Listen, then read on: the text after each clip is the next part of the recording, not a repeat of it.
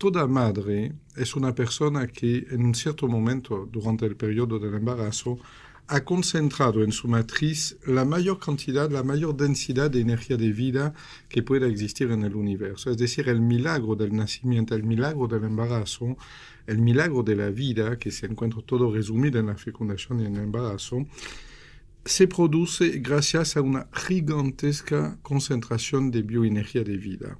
Este es algo que debería tocar el corazón de cada madre, creo que hay 3 aquí en este momento.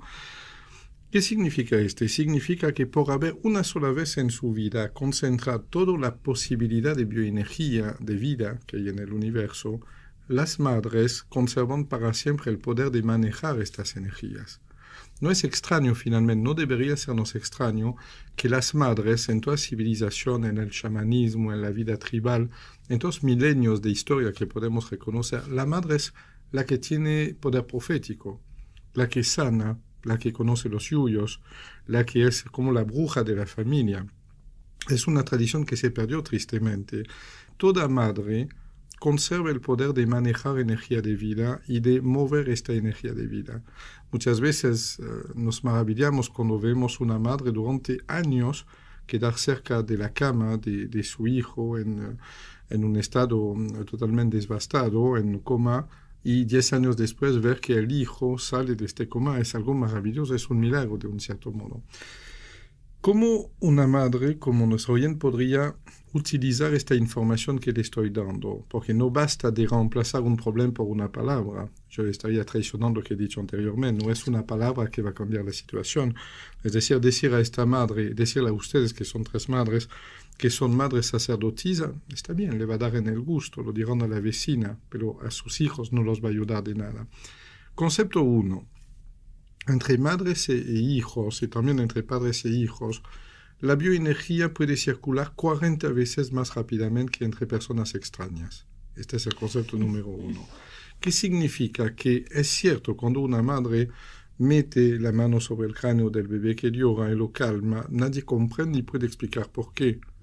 Podríamos decir el calor, el olor, lo que sea. Es un tema de bioenergía.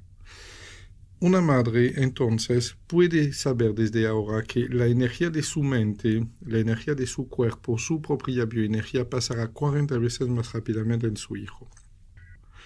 ¿Saben ustedes que si quieren actuar con sus energías sobre una persona, tienen que actuar a menos de 72 metros de distancia de la persona? Porque es muy cercano.